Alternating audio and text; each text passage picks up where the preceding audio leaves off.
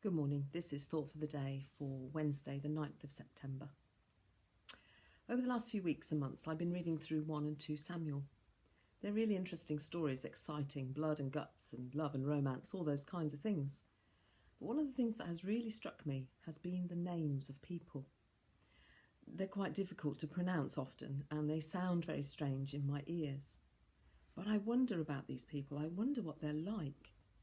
I wonder whether they're tall or thin, whether they're short and fat. I wonder whether they've got grey hair like me, or whether they're blonde or brown-haired, all these kinds of things, as I try to imagine them doing the things that they're doing in the stories. But then I also am reminded of the people I have known in the past. Not necessarily with strange names, you understand, but I wonder what they're doing now. Andrew and I led Pathfinder Ventures for 25 years. Loads of young people came under our care for just a short time each year. But I wonder what they're doing now. It's really interesting to think. I wonder how their thoughts about faith are now, whether or not they still are people who journey with the Lord Jesus. Now, of course, this thinking can go two ways. I could do something about it. I could try and find out. Or I could just say, well, it doesn't matter because I know that God cares about them. How do I know? Well, because the Bible tells me so, actually. The reason I know is because there's a passage in the Bible that tells us that God knows even the number of hairs on our heads. He cares that much. Now, on average, a human being has 100,000 hairs on their heads. Some more and some less, to be fair.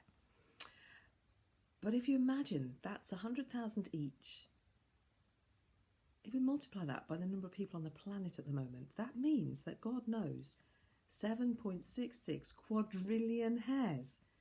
Can you imagine? What an amazing thing. But it strikes me, if God knows the number of hairs on our head, then he knows everything about us, surely. But the main thing is that he cares. So maybe today is a day for you when you just need to know that someone cares. Let me tell you, God does. Matthew 10 says this. Are not 2 sparrows sold for a penny? Yet not one of them will fall to the ground outside your Father's care. And even the very hairs of your head are all numbered. So don't be afraid. You are worth more than many sparrows. So today, as you go through the day, just remember that God cares for you. He's even counting the number of hairs on your head. I hope that you have a very special day today.